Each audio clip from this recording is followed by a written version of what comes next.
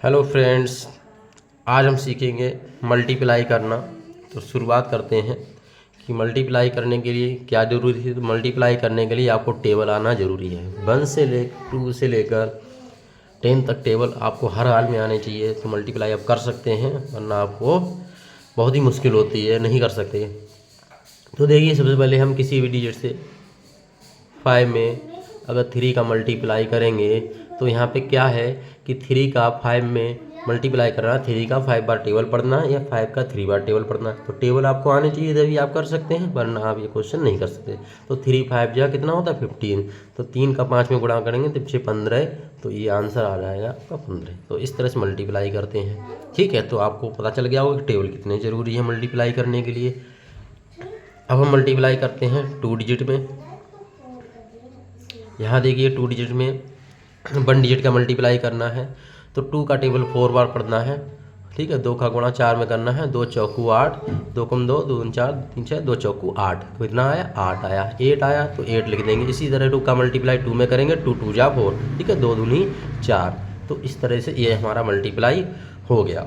इसी तरह अगर कोई बड़ा नंबर आ जाता है, 3 डिजिट हो जाता है। ठीक है, 1 3 5। ठीक है, इसमें अगर हम 4 का मल्टीप्लाई कर लेते हैं तो अब देखिए, यहाँ 2 का टेबल पढ़ना था, यहाँ पे 4 का टेबल पढ़ेंगे, 4 का पाड़ा पढ़ेंगे। ठीक है, तो 4 का 5 में गुणा करना है तो 4 5 जा 4 पंचे 20। ठीक है, 20 होता है तो 0 20 हम किस तरह से लिखते हैं? इस तरह से लिखते हैं। तो ये 1 डिजिट होता है और ये 10 डिजिट होता है। तो हमेशा 1 डिजिट लिखा जाता है, यानी हमेशा राइट हैंड वाला डिजिट लिखेंगे और लेफ्ट हैंड वाला डिजिट कैरी में जाएगा। इस चीज़ को ध्यान रखना है, 10 वाला डिजिट कैरी में जाएगा। तो यहाँ 5 को 20, 0 लिख देंगे। 2 जो कैरी आई वो यहाँ लिख देंगे सर्कल में। ठीक है, अब 4 का पहाड़ा 3 बार पढ़ना है तो 4 3 12, 4 3 जा 12 और 2 कितना हो जाएगा 14। 14 का 4, 1 कैरी यहाँ आ जाएगा, इस पर सर्कल बंद कर देंगे। ठीक है, अब 4 बन जा 4, टेबल पढ़ लिया। अब जो कैरी है वो ऐड कर लेते, 4 बन जा 4 और 1 5, तो कितना हो गया 5। तो 540, ये इसका आंसर आ गया। ठीक है, तो इस तरीके से मल्टीप्लाई करते हैं। इसी तरह एक और क्वेश्चन हम ले लेते हैं।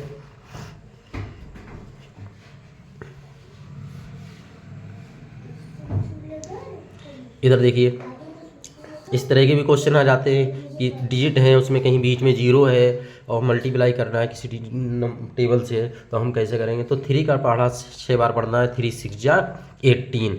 अब 18 आया तो देखो यहाँ पे 18 1 और 10 डिजिट दोनों हैं, तो यहाँ पे 18 हम पूरा लिखेंगे, कोई कैरी नहीं जाएगा, क्योंकि इसके आगे वाले नंबर में क्या है? 0 है, 0 लगा हुआ है डिजिट में। तो यहाँ पे 18 का 18 हम पूरा लिख देंगे। ठीक है, ऐसा नहीं करेंगे 18 का 8 1 कैरी यहाँ आ जाएगा, क्योंकि जब इसमें टेबल पढ़ेंगे तो 0 आता है। ठीक है, 0 आएगा, इसीलिए तो 3 6 जा 18 पूरा लिख देंगे। अब इसका टेबल इसमें ना पढ़ के सीधे इसमें पढ़ा जाएगा, क्योंकि यहाँ पे हमने लिख दिया है, कोई भी कैरी नहीं लगाया था। तो 3 3 या 9। इस चीज़ का हमेशा ध्यान रखना, अगर किसी डिजिट पहाड़े में पहाड़ा पढ़ना है और उसके आगे अगर 0 है, ठीक है, और आपका 2 डिजिट आ रहे हैं, कैरी वाला आ रहा है, तो उसको कैरी ना लेके पूरा लिख देना है। ठीक है, जैसे अगर एक और करके दिखा देते हैं हम।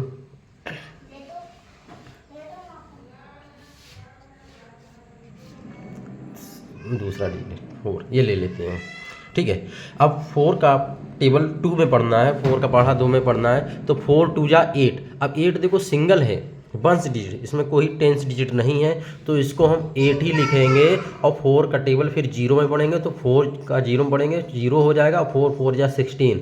अब यहाँ पे देखिए, कोई भी सिंगल डिजिट था, कैरी वाला नहीं था। कैरी वाला आता तो हम लिख देते, इसमें 3 6 जा 18 कैरी वाला आया तो 18 पूरा लिख लिया, क्योंकि 18 1 और 10 दोनों डिजिट होते हैं, और 4 2 जा 8 में सिंगल 1 डिजिट होता है। तो आपको समझ गए होंगे कि किस तरह से मल्टीप्लाई करना है। ऐसे देखिए, अब 2 डिजिट वाला मल्टीप्लाई आपको करके दिखा देते हैं।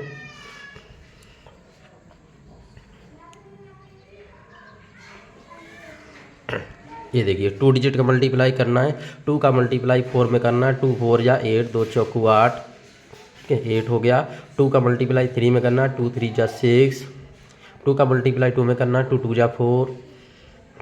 इतना करने के बाद अब हम क्या करेंगे? ये 1 डिजिट जो है, इसके नीचे हम क्रॉस का साइन बना देंगे इस तरीके से।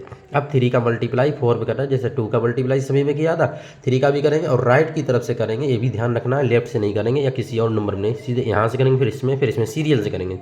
तो 3 4 जा 12, 12 का 2 1 कैरी रहेगा, 3 3 जा 9, 9 और 1 कैरी ऐड कर लेंगे तो 10 हो गया, 10 को 0 1 कैरी फिर आया, 3 2 जा 6 और 1 कैरी ऐड कर लेंगे, कितना हो गया 7। तो यहाँ लिखेंगे और हमेशा देखेंगे डिजिट के नीचे डिजिट लिखेंगे, नहीं तो हमेशा आपको ऐड करने में दिक्कत होगी।